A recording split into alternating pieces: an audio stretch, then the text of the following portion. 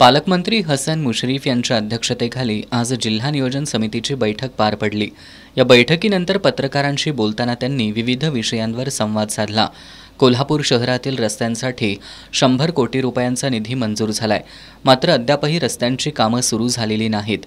त्यातच या निधीवरून पालकमंत्री हसन मुश्रीफ आणि राज्य नियोजन मंडळाचे कार्यकारी अध्यक्ष राजेश क्षीरसागर यांच्यात अंतर्गत धुसफूस सुरू होती। त्यामुळे रस्त्याच्या कामांना मुहूर्त केव्हा मिळणार असा सवाल उपस्थित होत होता। यावर बोलताना नामदार मुश्रीफ यांनी कोल्हापूर शहरातील रस्त्यांची कामं लवकरच सुरू होतील, राज्य नियोजन मंडळाचे कार्यकारी अध्यक्ष क्षीरसागर आणि आपली याबाबत चर्चा झाली असून आता आमचं ठरलंय असं त्यांनी यावेळी सांगितलं। क्षीरसागरांची समजूत करणार होता, काढली त्यांची माझी त्यांची बैठक झाली जिल्हा मध्यवर्ती बँकेच्या कार्यालयात। त्यामुळे आमचं आता ठरलेलं आहे दोघांचं।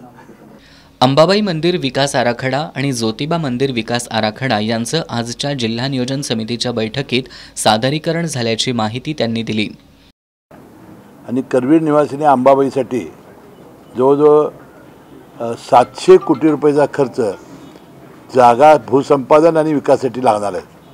आणि मला वाटतं हे जर आपण करू शकलो तर एक अतिशय चांगलं की कोल्हापूर जिल्ह्यामध्ये आता ज्या ठिकाणी ही तीर्थक्षेत्रांची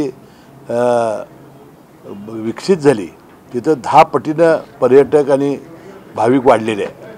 मला वाटतं जवळजवळ 1 कोटीपेक्षा जास्त महालक्ष्मी अंबाबाईलाही आणि 1 कोटीच्यापेक्षा जास्त आपल्या ज्योतिबाला आज पर्यटक येत आहेत।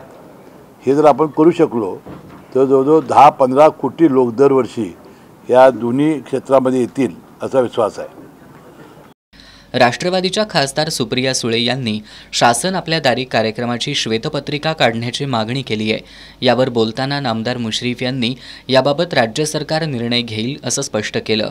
अदानींच्या जलविद्युत प्रकल्पाला पाटगाव धरणातून पाणी देण्यास स्थानिक लोकांचा विरोध होत असल्यानं याबाबतचा ठराव आजच्या जिल्हा नियोजन समितीच्या बैठकीत करण्यात आल्याची माहितीही त्यांनी यावेळी दिली।